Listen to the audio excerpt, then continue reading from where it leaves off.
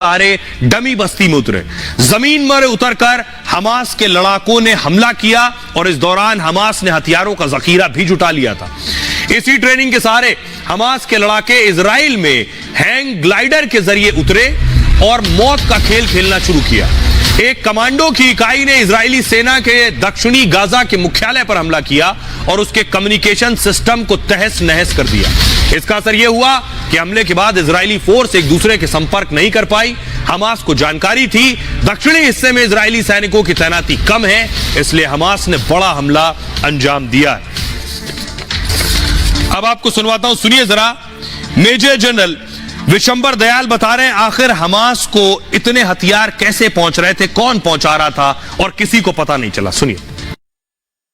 देखिए, जहां तक सीरिया की बात है, मैं समझता हूं सीरिया एज ए स्टेट कुछ करने के काबिल नहीं है, लेकिन सीरिया के अंदर आपने देखा बहुत नॉन स्टेट प्लेयर्स हैं, बहुत ऐसे प्लेयर्स हैं जो कि कंट्रोल में नहीं है सीरिया के में। आईएसआईएस किसी के कंट्रोल में नहीं है, और जब इस किस्म के ये लोग एक जगह से दूसरी जगह इन पे प्रेशर पड़ता है तो इनके वेपन्स, इनके कुछ फाइटर्स जा सकते हैं। जहां पे भी कॉन्फ्लिक्ट है, जहां पे इस्लामिक वर्ल्ड के क्रिश्चियन से, जूस से कहीं भी कॉन्फ्लिक्ट है, एक्सेप्ट मैं समझता हूं ईरान ने कभी जो भारत के खिलाफ जो मुहिम चली है आईएसआई पाकिस्तान और अफगानिस्तान वगैरह में, वहां कभी किसी किस्म की मैं नहीं समझता कोई मदद की होगी। वरना हर जगह जहां इस किस्म के मुद्दे हैं, कॉन्फ्लिक्ट्स हैं अगेंस्ट इस्लाम, ईरान हमेशा से उन इस्लामिस्ट फोर्सेस को, उन फोर्सेस को हमेशा हेल्प करता है, सपोर्ट करता है, फाइनेंशियल पैकेज देता है।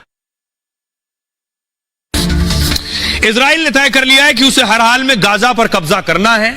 एक बहुत बड़ी बात मैं आपको बताऊं, आज तक इजराइल बनने के बाद आज तक जितनी भी जंगें हुई हैं, इजराइल को कोई हरा नहीं पाया। क्यों नहीं हरा पाया? क्योंकि इजराइल मुस्लिम देशों से घिरा था। जब इजराइल बन रहा था तब उसे अंदाजा था कि मुझे पूरी जिंदगी लड़ना पड़ेगा, क्योंकि चारों तरफ वो देश हैं जो नहीं चाहते इजराइल बने, यहूदी देश बने। इसलिए खुद को उसने ऐसे तैयार किया वॉर के लिहाज से कि वो किसी से हार ना सके। अब देखिए जरा, विरोध में ये अरब इजराइल युद्ध हुआ। यूएन के फैसले से 14 मई 1948 को इजराइल देश बन गया। इस फैसले के तुरंत बाद अरब देशों ने हमला कर दिया। मिस्र, सीरिया, इराक और जॉर्डन ने मिलकर मारा इजराइल को, और आजादी के कुछ ही समय बाद हुए युद्ध में इजराइल फिर भी जीत गया। इजराइल ने चारों देशों को बुरी तरह से हरा दिया। इस जंग के बाद पूरे वेस्ट बैंक पर नियंत्रण भी कर लिया, और फिलिस्तीन के बाद जो जमीन बची थी उस पर इजराइल ने कब्जा कर लिया। एक और वॉर हुआ 1967 में, 6 डे वॉर, 6 दिन चला। मिस्र, सीरिया और जॉर्डन ने 67 में फिर हमला किया इसके ऊपर। हमले में 3 देशों को बहुत नुकसान पहुंचा। सीरिया ने गोल्डन हाइट, मिस्र ने गाजा पट्टी, इन सब पर कब्जा कर लिया। मिस्र यानी इन्होंने, इजराइल ने इनके देशों में घुसकर कब्जा कर लिया। इसके बाद पूरा फिलिस्तीन इजराइल के कब्जे में आ गया। 2012 में फिर जंग हुई। इजराइल ने हमास के मिलिट्री चीफ अहमद जवारी को मारा। बदले में गाजा की तरफ से रॉकेट दागे गए। इजराइल ने एयर स्ट्राइक कर दी। इजराइल के 6 और फिलिस्तीन के 150 लोग मरे। 2018 में गाजा में फिर प्रदर्शन शुरू हुआ। इजरायली सैनिकों पर पत्थर और गैसोलीन बम फेंके गए। जवाबी कार्रवाई में 170 प्रदर्शनकारियों की मौत हुई। 2014 में फिर हमला हुआ।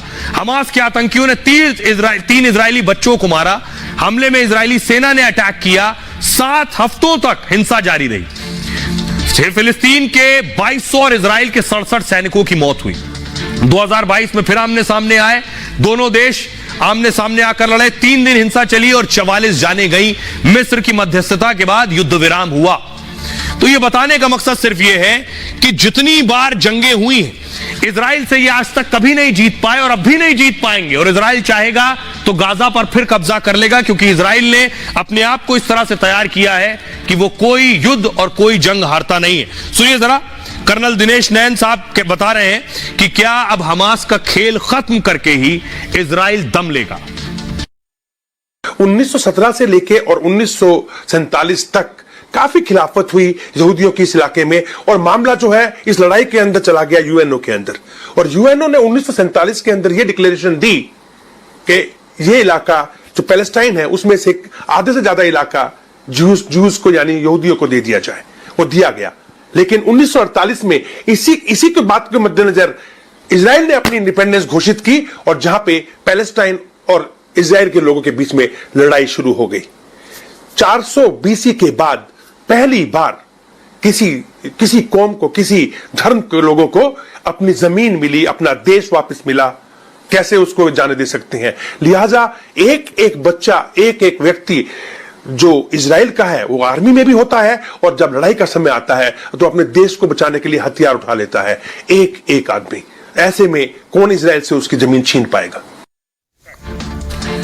आइए खबरों में आगे बढ़ते हैं और अब देश की खबरों की तरफ रुख करते हैं। आज की एक और बड़ी खबर है, चुनावी जंग का आगाज हो गया है। 5 राज्यों में चुनाव होने वाले हैं। आज इलेक्शन कमीशन ने प्रेस कॉन्फ्रेंस की और ऐलान किया किन किन राज्यों में चुनाव होंगे। नवंबर में चुनाव होंगे और दिसंबर में नतीजे आएंगे।